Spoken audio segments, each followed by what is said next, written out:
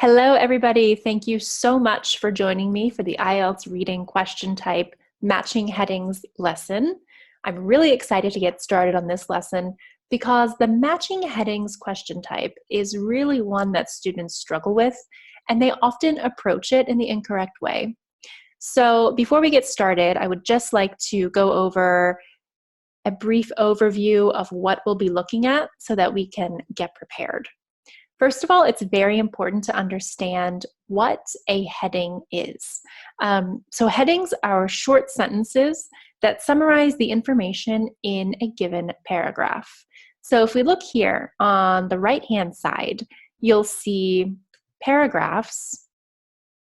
I'll just get my mouse. You'll see paragraphs here, and they're separated into sections. And on the left-hand side here, we see a list of headings. Now, these headings are a summary of the information, and they contain general ideas and not supporting details. This is probably the most important point of the matching headings question type, because a lot of students feel that they need to read all of these details in the paragraphs in order to understand which heading is best, and that is simply not the case. We just need to look for the general idea. So in this lesson, we will tackle this question type. I'll give you step-by-step instructions. We'll go through an example together, and hopefully you'll be able to master this question type. Okay, let's get started. All right, so here you'll see the 5 steps that we're going to follow in our step-by-step example. I would just like to give you a brief overview and an explanation on each one. First off, the first 3 steps are going to be our preparation work. So this is going to be done before we even read the passage. And then steps 4 and 5 are going to deal with the passage itself. So first, we're going to read each heading just to get an idea for what the headings are about. And then second, we're going to find keywords. Now, with time and practice, you can actually combine steps 1 and 2. The second step is all about finding pertinent information. This could include names, places, or dates. So we'll go through that as well. Step 3 is my favorite step, and arguably the most important step for this question type. It is noting the similarities and differences between the headings. This is really important because a common trick to the matching headings question type is to include very similar headings in order to confuse test takers. And that's one of the reasons why this specific question type, the matching headings, is one of the most difficult. So we'll spend some time here.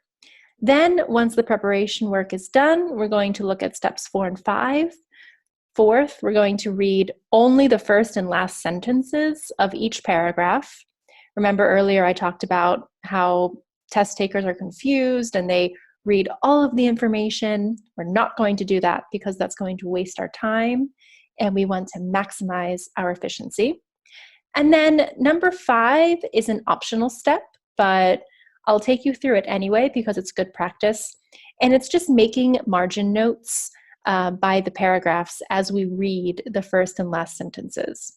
So we can also combine steps 4 and 5 with practice as well.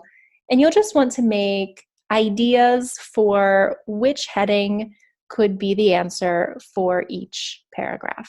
So don't worry, I'll take you through all of these steps, but this is just an outline of what we'll be looking at today. All right, so as promised, here we are with our step-by-step example. Now, before we get started with step 1, I just want to call your attention to the directions. Remember, it's always important to read the directions before attempting the exam. It'll actually give us a lot of useful information. So first off, always remember that for the matching headings question type, you're going to write the correct Roman numeral in your test booklet and not any words. Very important. And you'll see for this question type, you'll see a list of headings, usually around 5 to 9 headings, and they're in Roman numerals, okay? And based off of our expertise with this exam, you're most likely going to have more headings than questions. So for example, if you see here, let me clear our screen, we have questions 2 through 5 because 1 has been done for us. So we have 4 questions to answer and more than 4 headings, okay? Lastly, for the instructions, you'll notice that it doesn't say that a heading can be used more than once. This is very important because we can already eliminate answer V, so 5, Roman numeral V, collections of factual evidence. Since it's been used for the example, it's not going to be used in our questions. So you see why I've crossed that out, and we will not need to worry about that. So it's a really good clue, and it'll help you maximize your efficiency. So always make sure to read the directions. All right, so moving on to step 1, we're going to read the headings, and we're going to get a general idea of what each heading is about. Remember earlier I told you that with time and practice, you can combine step 1 and step 2. But for this step-by-step example, we will break it down and do step 1 on its own. So we're just going to read the headings. We see commercial pressures on people in charge. 2, mixed views on current changes to museums. So already we know something will be talking about museums and perhaps the people who work in those museums. 3, interpreting the facts to meet visitor expectations. Again, visitors who go to museums.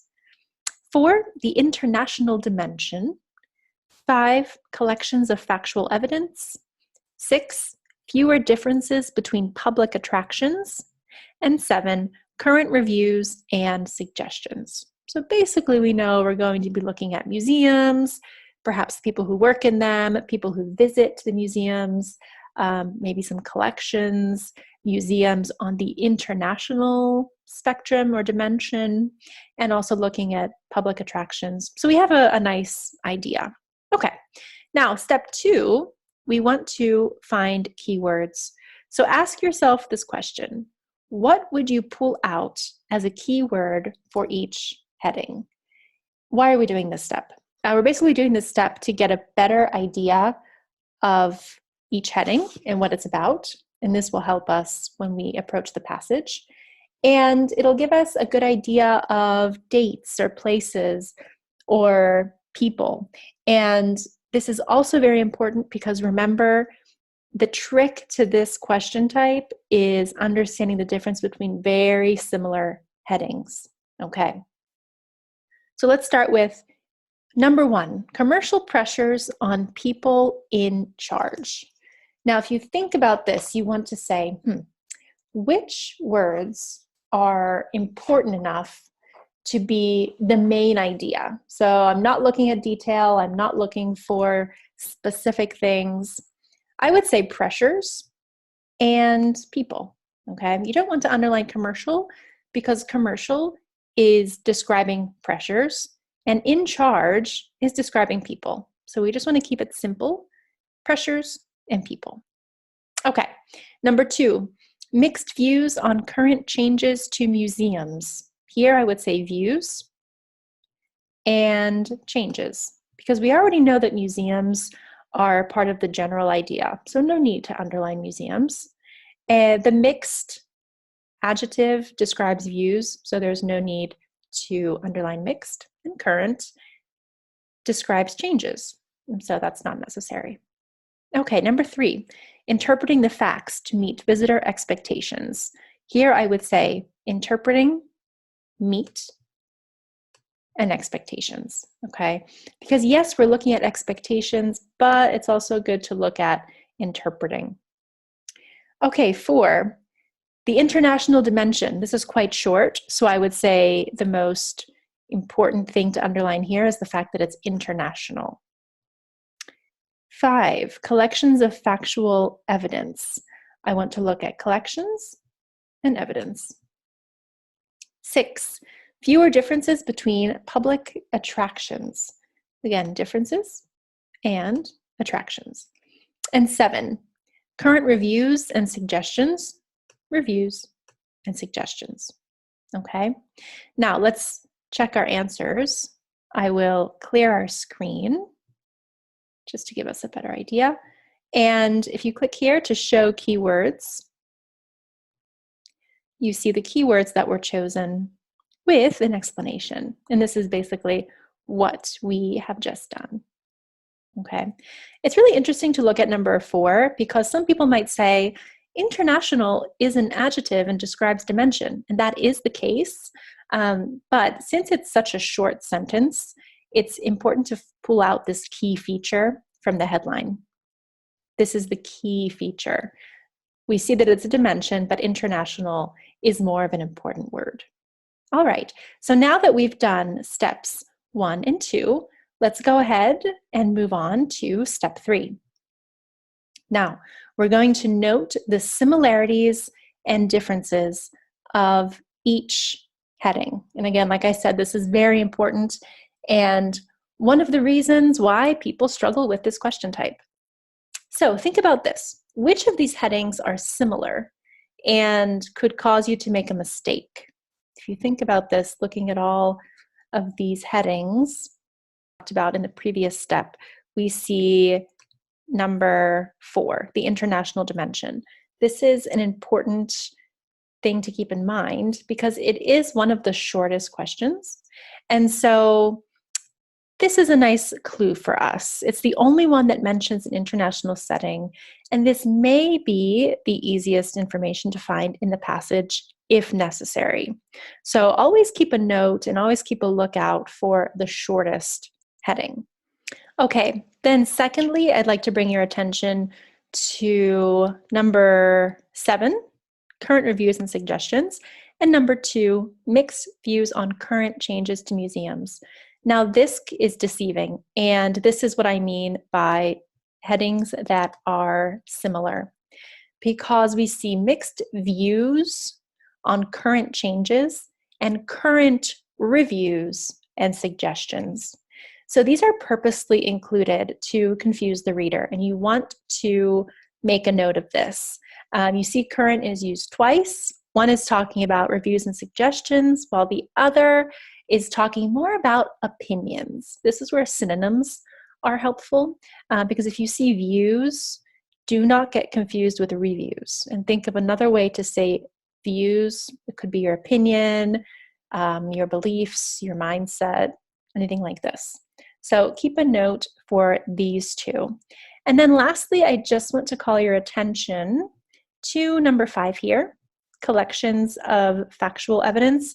Remember, that has already been used in the example you see here, 5. So if you see the example is used and you know that you can only use each number once, do not even waste your time, and you can eliminate that already. Okay, I will clear our screen and show the answers. This is basically everything that we have done. So we've looked at how 2 and 7 can be deceiving, 5 is really not necessary, and then the shortest answer here. Okay, let's move on to step 4. So reading the first and last sentences of the passage. So we've read our headings for meaning, we've looked at keywords, we've looked at the similarities and the differences. Now it is time to read the passage. Very exciting. So again, remember, you do not want to read all of this information because it'll really take up your time, it's unnecessary, and it's really not going to help you answer the questions. So instead of reading every single sentence in this paragraph and in these sections, we're just going to read the first and last sentences of each paragraph because it'll give us a general idea, and the general idea is what we need because the headings, remember, are general ideas, okay? And usually in writing, the general idea is introduced in the beginning and then it closes off the paragraph in the end. So we really shouldn't have to read in the paragraph. There could be very difficult questions where it might be necessary to skim the information in the middle, but it's highly unlikely. Also, in the very beginning of this video, when I took you through the step-by-step instruction, I said that we would make margin notes, which is an optional step, but we will do it just to give you an idea of how to best prepare for this exam. All right, so if we remember from our directions, we have section A here. A lot of students would just start reading in section A, but that is the incorrect thing to do, and it is a big time waster. Do you remember why? If we go to our previous step, remember section A has already been done for us, so we do not need to read section A. This is why reading the directions is so important, okay? So we can already skip section A. Let's go straight down to section B. Okay, and before we start reading section B, I'll just scroll down on the left-hand side so that we see our list of headings. We will refer to this list of headings when we are reading the first and last sentences of each section. Okay, so section B, I'll highlight it here. I will mark off the first sentence just so that it's easier to follow along with me, and the last sentence as well. And as I read the first and last sentences, I'm just going to underline any words that stick out to me that I remember from our step 1 and 2. Okay, let's start reading. Recently, however, attitudes towards history and the way it should be presented have altered. So I'm looking at attitudes, history, presented. Last sentence, such developments have been criticized as an intolerable vulgarization, but the success of many historical theme parks and similar locations, so I'm looking at 2 different places, suggests that the majority of the public does not share this opinion. So I'm looking at these 2 sentences, and I'm thinking that opinions or views, if I look here, are mixed because a lot of the majority of the public does not share an opinion. So I see that perhaps 2 seems to be a good option here. So I'm going to make margin notes, and the margin notes I'm making are just for me to remember, okay, when I go to solve this question, 2 is probably a good option because I'm looking at opinion, the public, and attitudes towards history. 2 is looking like a good option. Okay, so I'm going to clear the screen and make my way down to section C. Again, we'll do the same thing. I will just block it off so that it's easier to follow along with me, the first and the last. And again, I'm just going to underline. In a related development, the sharp distinction between museum and heritage sites on the one hand, and theme parks on the other, is gradually evaporating. This particular trend is regarded as one of the major developments in the presentation of natural history in the 20th century. So I see again that there are differences between the 2, yet they're growing fewer and fewer because I see it gradually evaporating. So it means the changes are decreasing. And the last sentence says major developments in the presentation of natural history. So I'm looking at a time reference. So the fact that there are fewer differences leads me to look at this right here, number 6, fewer differences between public attractions. Also the fact that you see museum, heritage sites, theme parks, these are all different types of public attractions. And so just from reading these 2 sentences, I'm going to put here VI for number 6. Again, just for me. All right, clear again. I'll make my way down to section D, second to last section. Again, I will just block it off so that it's easier for you to follow along. And we see the last sentence is pretty wordy, so that's something to keep in mind. Okay, theme parks are undergoing other changes too, as they try to present more serious social and cultural issues and move away from fantasy. Okay, and then the last sentence, those who are professionally engaged in the art of interpreting history are thus in a difficult position, as they must steer a narrow course between the demands of evidence and attractiveness, especially given the increasing need in the heritage industry for income-generating activities. All right, so this is a very good example because I see evidence. It's even in quotation marks. And I remember that evidence is right here in the list of headings, number 5. So if students are not aware of the example, as you see here, so if people have not read the instructions, they might be inclined to answer V for this section. But since each heading can only be used once, you cannot use V. And this is how the test tries to trick its test takers. You see the word evidence, it's used here, but it is not the correct answer. So do not fall for these tricks. Okay, so going back to this, we see the last sentence, those who are professionally engaged. And this is a very important keyword because basically you can say people who are professionally engaged are people in charge.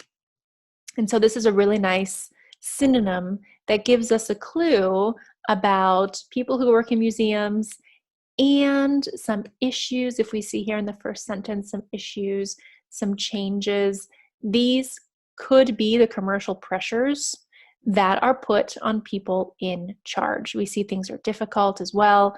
So I think these two sentences and the fact that we see professionally engaged, difficult, changes, issues, I would say this is I, and I'll make a little note in my margin here, so number 1. All right, down to section E. Again, I will just highlight for us to follow. Okay, and we'll start reading. It could be claimed that in order to make everything in heritage more real, historical accuracy must be increasingly altered. The last sentence. And no matter how exciting the result, it would contain a lot more bias than the presentations provided by experts. So this is alluding to the fact that maybe information is being understood through a different lens or in a different way. And you see the word bias, historical accuracy is altered. Looking here at the list of headings, I would say that perhaps interpreting the facts is very similar to this because as a general idea, interpreting the facts goes quite well with bias, experts, accuracy, things that can be altered. And it looks like the best option just looking at the rest of these headings. So in my margins, I'm going to put I, or 3, if you'd like to think of it that way, in the margins. Okay, I'm going to clear our screen. And now you might be thinking, okay, let's go down to section F. But if you recall, I'll go here to the previous step. If you recall from our instructions, we only have 4 questions. So that's B, C, D, and E. This question type does not require section F. And that's just because in our example, the matching headings question type has 4 questions, and this text just so happens to have more than 4 questions. And so in that case, we do not need to read section F. And this was put in as a trick because again, if candidates don't read the directions, they read everything. So they would have read section A and also section F, which is unnecessary. It takes up time. It adds other details and general ideas to confuse you. So again, we do not need to do this. Okay, so let's go down here. Let's go back up. And just to review the answers that we wrote in our margin notes, I'll go here and get my pen. Now, for number 2, section B, we said II, so to number 2, mixed reviews on current changes to museums. For number 3, which was section C, we said VI, so that's number 4. fewer differences between public attractions, okay? And then for section D, we said the answer was I, so number 1, which was commercial pressures on people in charge. And then section E, we had I, or number 3, if you'd like to think of it that way, interpreting the facts to meet visitor expectations. And again, we found these answers from looking at the first and the last sentences of the paragraphs in order to get a general idea. Let's go ahead and check our answers. And we were correct. Look at that. I'll clear our screen so it's easier to see. We were correct. And notice here how you see the explanations and where they were, and some keywords that were pulled out. So remember, only the first and last sentences were necessary in this particular example. Like I said before, if you come across a difficult question, it may be the case that you'll have to briefly skim some of these middle sentences, but more than likely that should not be the case, especially if you have successfully completed steps 1 and 2 before approaching the passage. Okay, now just to recap, these are the steps that we followed. Remember, with time and practice, you can combine steps 1 and 2. You can also combine steps 4 and 5, even though 5 is optional. Again, I would highly recommend using step 5. And now I would just like to leave you with some classic do's and don'ts for the matching headings lesson. First off, you want to read the headings first. This is very important.